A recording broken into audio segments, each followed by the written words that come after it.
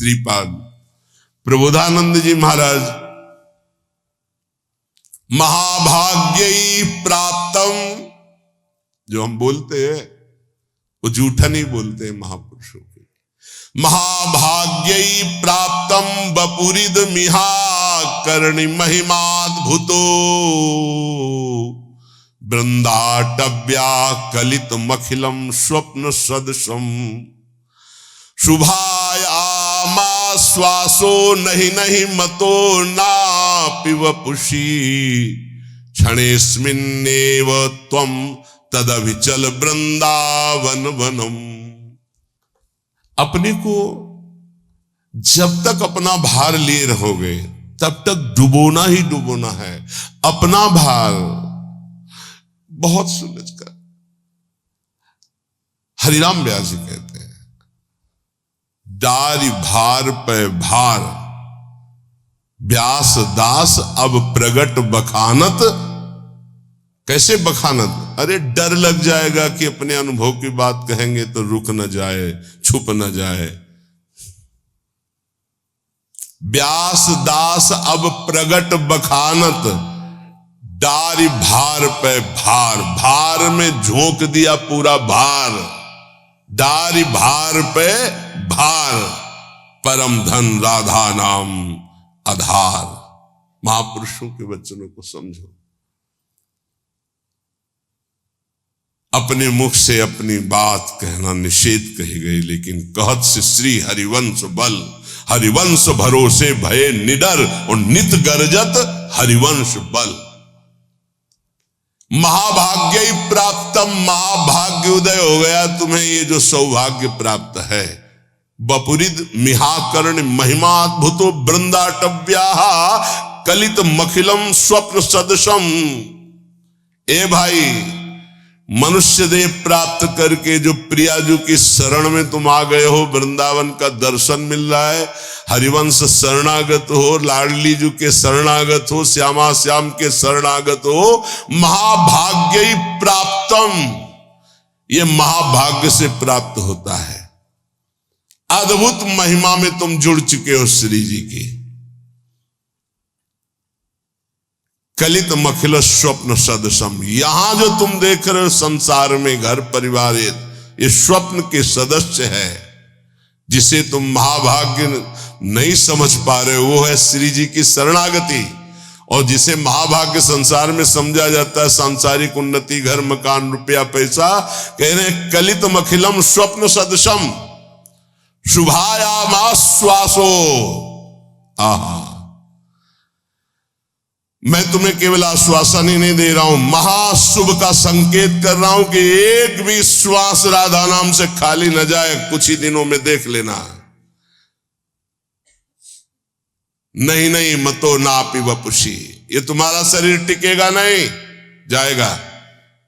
जितनी श्वासें रह गई वर्तमान में, विश्वास दिलाता हूं केवल ऐसी बात नहीं है, ये परम सत्य बात है। हर श्वास में नाम जप करो, भगवत प्राप्ति निश्चित। अभी इसी क्षण शरीर छूट जाए तो भगवत प्राप्ति निश्चित। इसी क्षण तू दिव्य वृंदावन के लिए प्रस्थान करेगा। क्षणेस्मिन्नेव त्वं तदभिचल वृंदावनम दिव्यम, इसी क्षण तू दिव्य वृंदावन में प्रवेश पा जाएगा। यदि एक श्वास में बोला राधा और शरीर छूटा तो गया दिव्य वृंदावन। इसलिए विश्वास ही केवल नहीं दिला रहा हूं, परम सत्य बात कह रहा हूं कि ये संसार स्वप्नवत है। तू महाभाग्यशाली है यदि राधा चरणों की शरणागति प्राप्त कर ली और हर श्वास में राधा राधा जप रहा है। भ्रातर यही निमीलितास नयने तत्र क्वा कांतात्मजो। ये थोड़ी देर सोचो, मरने जा रहा हूं, सोचो। सुबह सुबह ऐसी बातें करते हैं मरने की। सुबह सुबह हमें लगता है कि अगर सुबह सुबह ये दिमाग में डाल ले तो दिन भर खूब भजन होगा। इसी से तो भजन होता है। यही तो भजन नहीं होने देता जीने की आशा, भोगने की आशा, प्रियजनों के बीच में रहने की आशा, यही भजन नहीं होने देता। भ्रातर यही निमीलिता से नयने, जब तुम्हारे नेत्र मुंदने का समय आएगा उस समय को थोड़ा अभी ला के देखो। कौन है तुम्हारा? देखो अभी आ, चलो। अब मकान छूट रहा है, पत्नी छूट जाएगी, पुत्र परिवार सब छूट रहा है, थोड़ी देर देखो घबरा जाओगे, अभी घबरा जाओगे। अगर पहले से ही तैयार थे तो घबराओगे नहीं, आनंद आएगा कि हाँ हमारी तैयारी फिट है। तैयारी क्या है? हर श्वास राधा राधा और गुरु प्रदत्त नाम। ये राधा राधा गुरु प्रदत्त है। कौन गुरुदेव हैं इसके देने वाले? स्वयं किशोरी जी हैं। राधे विष्टम संप्रदाय करता आचार्यो राधा मंत्रदा सदगुरुश्च मंत्रो राधा। सदगुरुश्च राधा मंत्रो राधा। वही है, इत सजनी से लेकर के अभी तक जितने गुरुदेव वही हैं, वही गुरुदेव के रूप में दे रहे हैं। राधा राधा, बात मान लो। अभी देखो कैसा भय लगेगा। अभी देखो तुम्हारा घर छूट जाएगा, बैंक बैलेंस छूट जाएगा, पुत्र पत्नी सब छूट जाएंगे, शरीर छूट जाएगा। अब जाओगे अकेले, घबराहट पैदा हो जाएगी। तैयारी कर लो।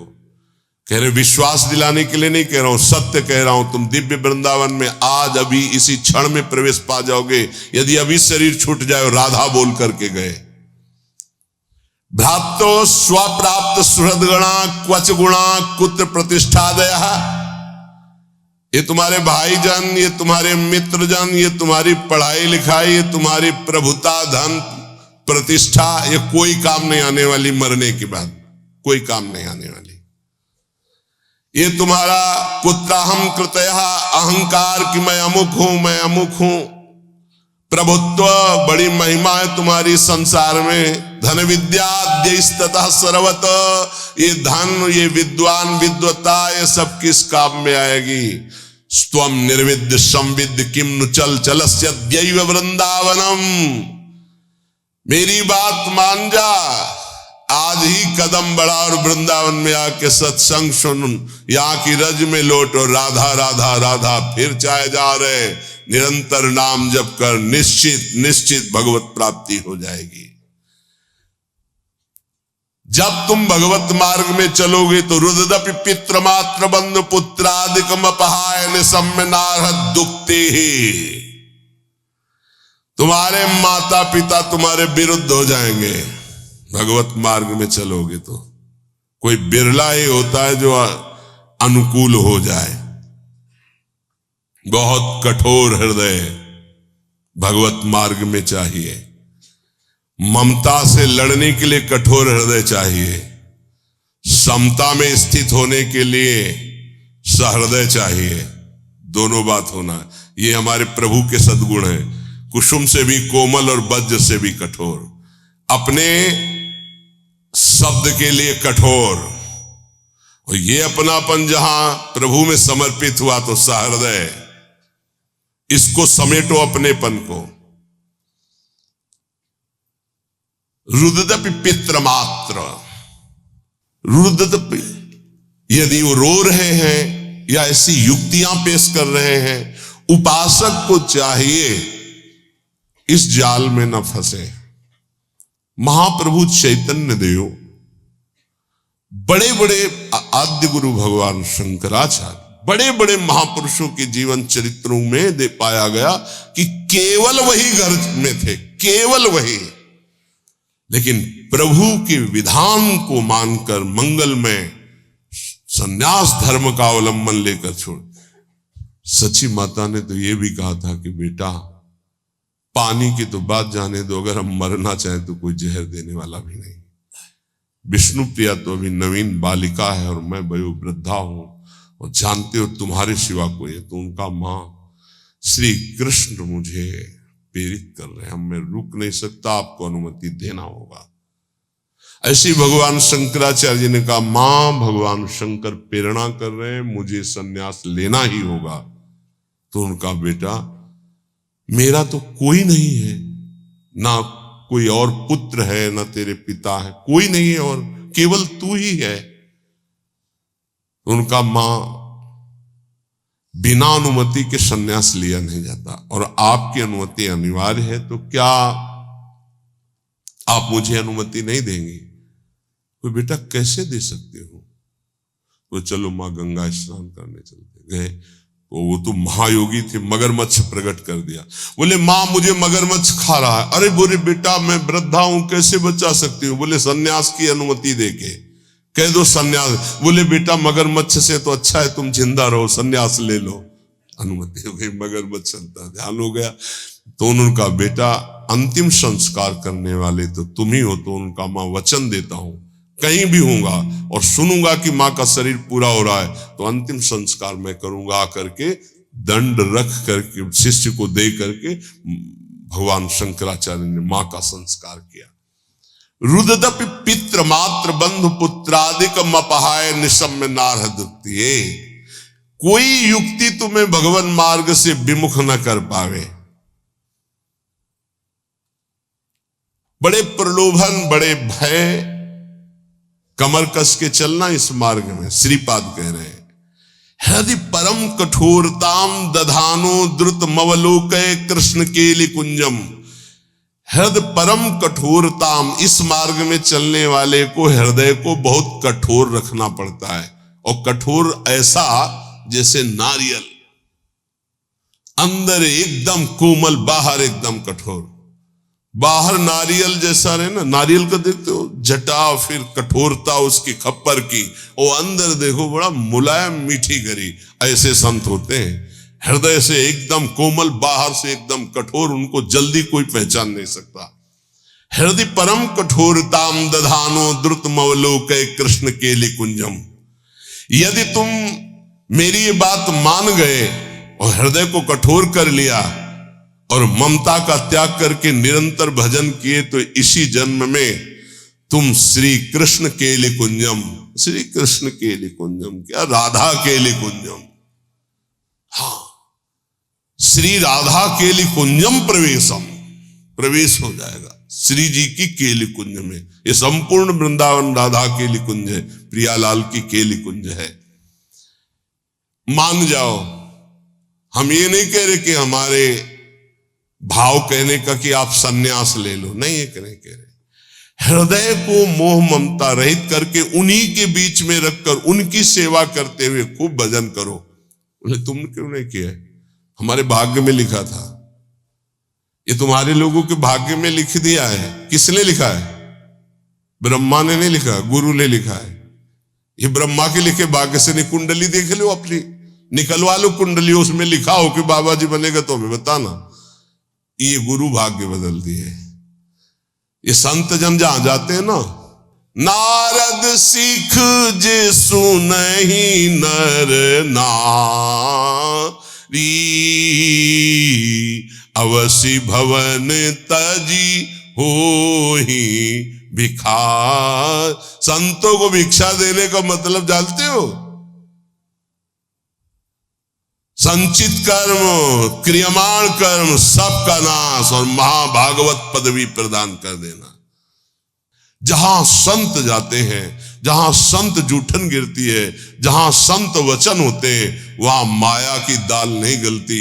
वहां परमात्मा प्राप्ति के लिए उस जूठन से एक न एक पौधा तैयार होता ही रहता है। जहां संतों का चरणामृत गिरा और संतों की जूठन गिरी, वहां एक नया बीज प्रकट होता है। कौन? सो कुल धन्य उमा सुन जगत पूज्य सुपनीत, श्री रघुवीर परायण जे जन उपज विनीत। नाम प्रसंग कहे तो उपदेश जाया, धर्म धन्य सो देश धन्य सो कुल जे जन्म भयो। धन्य सो तात धन्य सो माय, संतत सकल सुनो चितलाय, श्री हरिवंश प्रताप। ये जाना है श्री जी मिल गई तो अनंत जन्मों की बिगड़ी बन गई। जिसे भगवत प्राप्ति होनी होती है उसके लक्षण क्या होते हैं? श्री भगवान सिद्ध पुरुष के लक्षण, और भगवत प्राप्ति जिसको होनी होती है उसके वो आदर्श लक्षण होते हैं। भगवान श्री कृष्णचंद्र जी गीता जी में कह रहे कि हे अर्जुन, यदृच्छालाव संतुष्टो, ये बहुत सुंदर श्लोक है, जीवन में उतारिएगा। यदृच्छालाव संतुष्टो द्वंद्वातीतो विमत्सरः, शमः सिद्धाव सिद्धौ च कृत्वापि न निबध्यते। यदृच्छा लाभ संतुष्ट, हे उपासक, ये सिद्ध महापुरुष के लक्षण है और उपासक को ये धारण करना चाहिए जिसे भगवत प्राप्ति करनी है। यदृच्छा लाभ संतुष्ट, हम जो साधना कर रहे हैं, चाहे गृहस्थ धर्म से युक्त होकर चाहे विरक्त धर्म से युक्त होकर, यदृच्छा लाभ संतुष्टो, अब भगवान की इच्छा से सुख दुखे समय कृत्वा लाभा लाभो जया जयो, जय हो या पराजय, लाभ हो या हानि, सुख हो या दुख, संतुष्टायेन केनवा, मुझे संतुष्ट रहना, प्रसन्न रहना है, सुख और दुख में, लाभ और हानि में, जय और पराजय में। ये हमारी साधना की कसौटी है। साधना में पराजित हो गया और शांत है, यही तो साधुता है। यदृच्छा लाभ संतुष्टो, हम फल प्राप्ति का उद्देश्य रख करके अगर साधना करेंगे तो हम विक्षेप को प्राप्त हो जाएंगे। ध्यान देना, हमको समता पर ध्यान देना है, यह है साधना का फल, और इस पर ध्यान प्रायान। समता का क्या मतलब? हार और जीत में समान, लाभ और हानि में समान, सुख और दुख में समान। ये भगवान के वचन। सुख दुखे समय कृत्वा लाभा लाभो जया जय, चित्त विक्षेप में या आनंद में समान, परिस्थिति बिगड़ी हुई या सही समान, कोई साथ दे रहा है या नहीं समान, साधना का फल मिल रहा है या नहीं समान। अरे 20 साल हो गए अभी वही काम क्रोध लोभ, समान वृत्ति, विक्षेप नहीं, शांत। यदृच्छा लाभ संतुष्टो द्वंद्वातीतो विमत्सरः, बहुत अमृत में। हम साधना कर रहे हैं, अनुकूलता मिले या प्रतिकूलता, लाभ मिले या हानि, मान मिले या अपमान, स्तुति मिले या निंदा, विकार है या निर्विकार, पर हमारी स्थिति में फर्क नहीं पड़ेगा, हमारी निष्ठा पे फर्क नहीं पड़ेगा, हमारी श्रद्धा पे फर्क नहीं पड़ेगा। यदृच्छा लाभ संतुष्टो, पकड़ो पकड़ो इस बात को, अभी आनंदित रहोगे। हमें मतलब है नहीं अपने हृदय से, क्यों नहीं मतलब है? हमने दे दिया ना प्रभु को। बोले हमारा मन शांत नहीं, तो तुमने दिया क्या? यार किस तरह झूठे दानी हो। शरणागति तो यही से होती, तनुवांग मनोभिरमलई सोहम तयुवाश्रिता, शरीर मन वाणी कर्म प्राण सब कुछ प्रभु को समर्पित, मैं सहित। अब हमारा क्या, ये तो हरि का है, प्रियाजू का है। फिर सुन लो, योगी सांगोपांग साधना करता है, साधना में कायरता नहीं है, लेकिन फल में अनुकूलता वे या प्रतिकूलता, लाभ मिले या हानि, मान मिले या अपमान, स्तुति हो या निंदा, जो कुछ भी हो उस समय अंतःकरण में सम रहना, ये साधना की उत्तम अवस्था है। असंतोष पैदा ना होने पावे। ये तो हुई विरक्त साधक या भगवत भक्त की। अगर गृहस्थ में है तो जैसे उत्तम व्यापार करता है, व्यापार में घाटा हो जाए या लाभ हो जाए तो भूले नहीं, घाटा हो जाए तो प्रभु को भूले नहीं, समान भाव।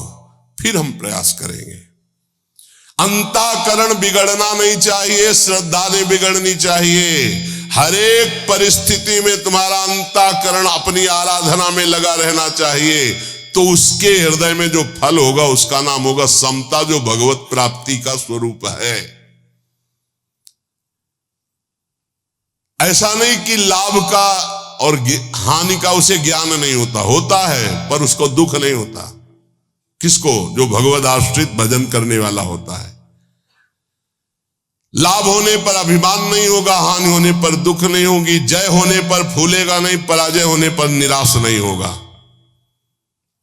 परिणाम में सुखी दुखी ना होना ये साधक का लक्षण है। परिणाम में सुखी दुखी होना ये संसारी पुरुष का लक्षण है। साधक का अंतःकरण अनुकूलता प्रतिकूलता के असर से ऊपर होता है। संसारी पुरुष का हृदय अनुकूलता पे हर्षित होता है, प्रतिकूलता पे रोता है, शोकित होता है। तुम संसारी पुरुष नहीं हो, घबराना नहीं, क्योंकि तुम साधक हो, भगवान के शरणागत हो। अंतःकरण में तुम्हारे ऊपर कोई प्रभाव नहीं पड़ना चाहिए अनुकूलता या प्रतिकूलता का। ये कब? जब पापाचरण नहीं होंगे तब। पापाचरण होंगे तो केवल बातें सुनोगे, इसका प्रभाव पड़ेगा। यदृच्छा लाभ संतुष्टा, जैसे प्रभु तुम्हें रख रहे, जोई जोई प्यारो करे, सोई मुई भावे। देख लो, प्यारे हराना चाहते तो हम जीतना क्यों चाहें, हम राजी है। प्यारे दुख में रखना चाहते तो हम सुखी क्यों होना चाहें, हमें दुख वो सुख से भी बढ़कर है जो हमारे प्यारे हैं। बने तो रघुबरते बने, वो बिगड़े तो भरपूर। हम उस बिगड़ने पर भी सुखी हैं क्योंकि प्रभु के विधान से हो रहा, मैंने थोड़ी सोचा है। यदि इच्छा लाभ संतुष्टा, पहला बैठा लो, किसी भी स्थिति में विचलित नहीं होना, किसी भी स्थिति में नहीं, ऐसा नहीं होता। लाभ हो या हानि हो, अनुकूलता हो या प्रतिकूलता हो, मान हो या अपमान हो, निंदा हो या स्थिति हो, समान भाव रख के तब माना जाएगा इष्ट प्रेम या गुरु प्रेम। जोई जोई प्यारो करे, सोई मोई भावे। ये कोई सरल भाव नहीं है। प्यारे ने कैंसर दे दिया, भावे गाओ, जोई जोई प्यारो करे, सोई मोई भावे। अनुकूलता में तो सब गाते, जोई जोई प्यारो करे, सोई मोई। प्रतिकूलता में गाओ, जोई जोई प्यारो करे, सोई मोई भावे। आगे कह रहे द्वंद्वाती तो विमत्सरहा,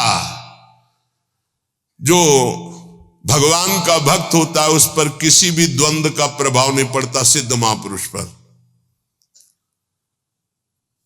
पूज्यपाद श्री उड़िया बाबा जी महाराज प्रभुदत्त ब्रह्मचारी जी ने बहुत बड़ा संत संगोष्ठी रखी थी, जिसमें हरि बाबा और उड़िया बाबा भी पधारे थे। तो उस समय एक सन्यासी महान जो भारत में यश प्राप्त किए हुए थे, उनके गुरुजन, सिद्ध महापुरुषों की स्वाभाविक यश कीर्ति होती रहती है, तो उससे जो भगवत तत्व के ज्ञान होना और भगवत तत्व का बोध होना, इसमें अंतर होता है। तो भगवत तत्व के ज्ञानी थे वो, पर भगवत तत्व बोध संपन्न महापुरुष तो उड़िया बाबा थे। उन्होंने बस समस्या इतनी थी कि हरि बाबा जब घंटा बजाते थे तो सबसे पहले ओ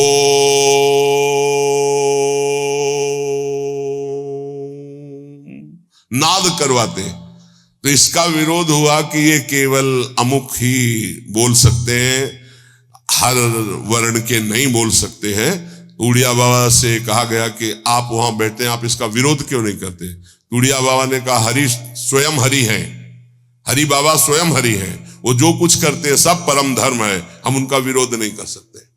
इसी बात को लेकर के बाबा की बहुत निंदा की भरी सभा में बाबा बैठे थे, पद्मासन लगाए।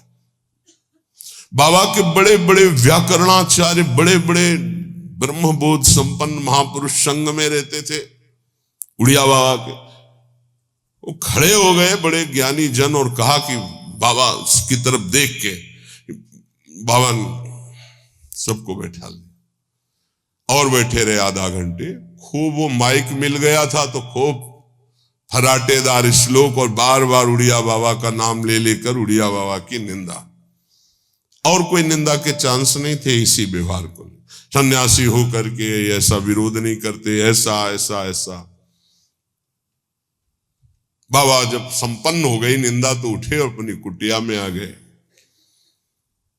सब शिष्य जन जो और मित्र जन जितने थे सब, बाबा आपने रोक क्यों दिया, उनके तो हम मुख बंद कर देते, ऐसी नहीं। बोले देखो यही सत्संग सुना तुमने, यही आज तक हमारे संग का फल रहा कि तुम उनका मुख बंद कर। देखो वो जो निंदा कर रहे हैं सही कर रहे हैं। शरीर धर्म को लेकर के अगर निंदा कर रहे हैं तो बहुत सही बोल रहे हैं, और आत्म स्वरूप को लेकर कह रहे हैं तो जो वो आत्मा है वही आत्मा है, अभेद है, वो अपने आप की अपनी निंदा कर रहे हैं। तो हमें क्या परेशानी है, क्योंकि आत्म तत्व तो एक है।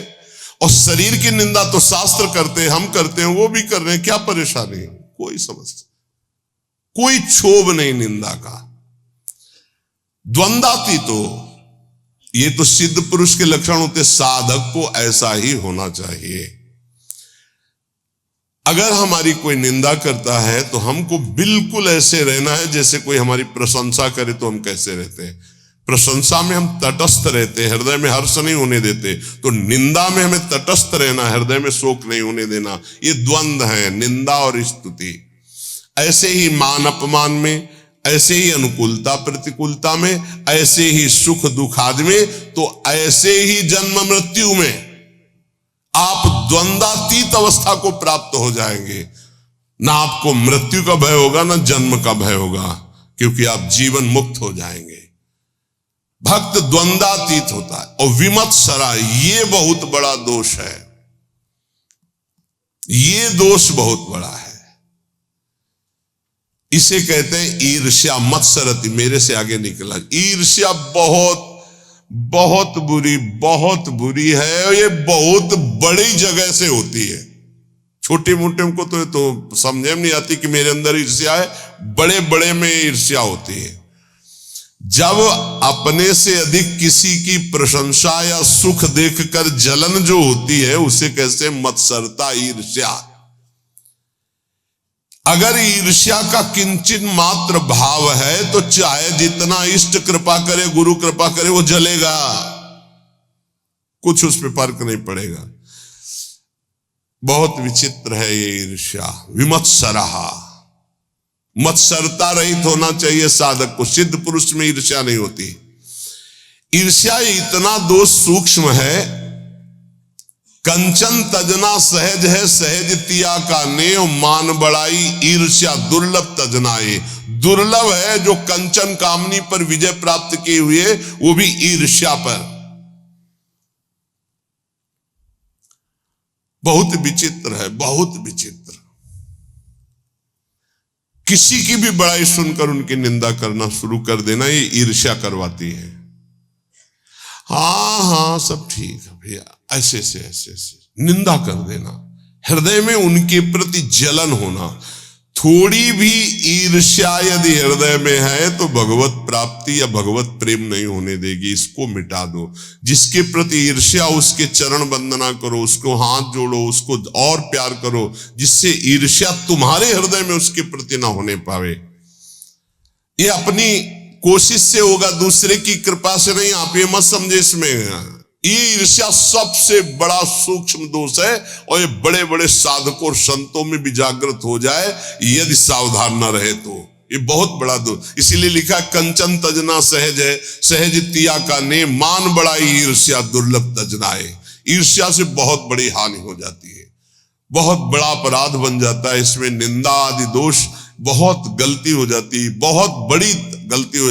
इष्ट छूट जाएंगे, गुरु छूट जाएंगे, ईर्ष्या नहीं छूटेगी।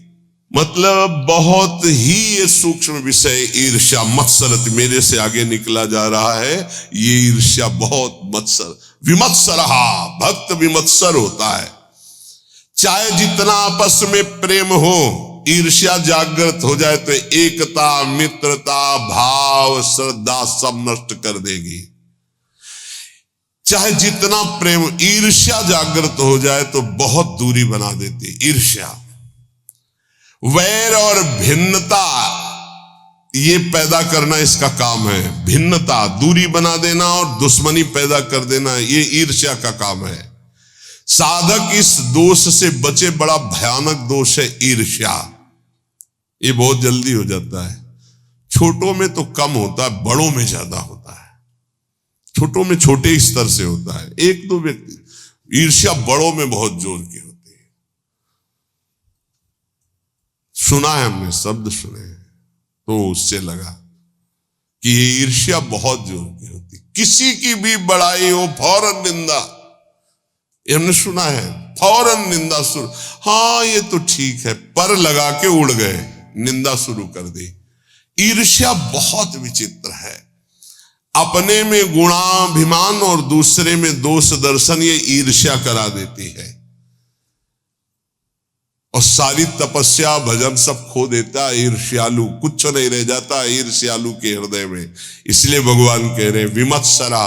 सिद्ध पुरुष में तो होती नहीं है, और साधक में इसे मिटानी होती। स्वयं से मिटेगी, ये बात ध्यान रखना। लाख उपाय करके देख लिया, नहीं गई। स्वयं से मिटना है। स्वयं जब तक नहीं मिटाना चाहोगे, ईर्ष्या नहीं मिटेगी। ईर्ष्या जिधर झुक जाए उधर द्वेष पैदा कर दे, लड़ाई झगड़ा पैदा कर दे और नाश शुरू कर देती ईर्ष्या। बहुत बहुत विचित्र, बहुत गुरु की बढ़ोतरी देखकर शिष्य को ईर्ष्या हो सकती है। ईर्ष्या शिष्य को सूली पे चढ़वा दिया, जहर खवा दिया, मारने का संयोग बना दिया। बहुत से ऐसे उदाहरण पाए गए। ईर्ष्या, भला सदगुरु परब्रह्म उनकी महिमा को देखकर ईर्ष्या कैसे हो सकती है? हो जाती है। जब अपने में गुणाभिमान होता है तब ईर्ष्या हो जाती है। यहां तक शिष्य की महिमा को देखकर गुरु के हृदय में ईर्ष्या पैदा हो गई। ऐसा भी, जबकि शिष्य तो अपना पुत्र, अगर उसकी महिमा बढ़ती है तो गर्व का विषय होता है कि हमारा ही तो बेटा है, हमारा ही तो वैभव है ये। पर ऐसा नहीं, जहर खिलाने की चेष्टा की गई शिष्य को। वो चरित्र में, रामानुजाचार्य जी के चरित्र में पढ़ के देख लीजिए। ईर्ष्या बड़े स्तर में प्रकट हो जाती है। अगर ब्रह्म बोध नहीं, भगवत प्रेम की प्राप्ति नहीं, तो ये प्रकट हो जाएगा, ईर्ष्या प्रकट हो जाएगी।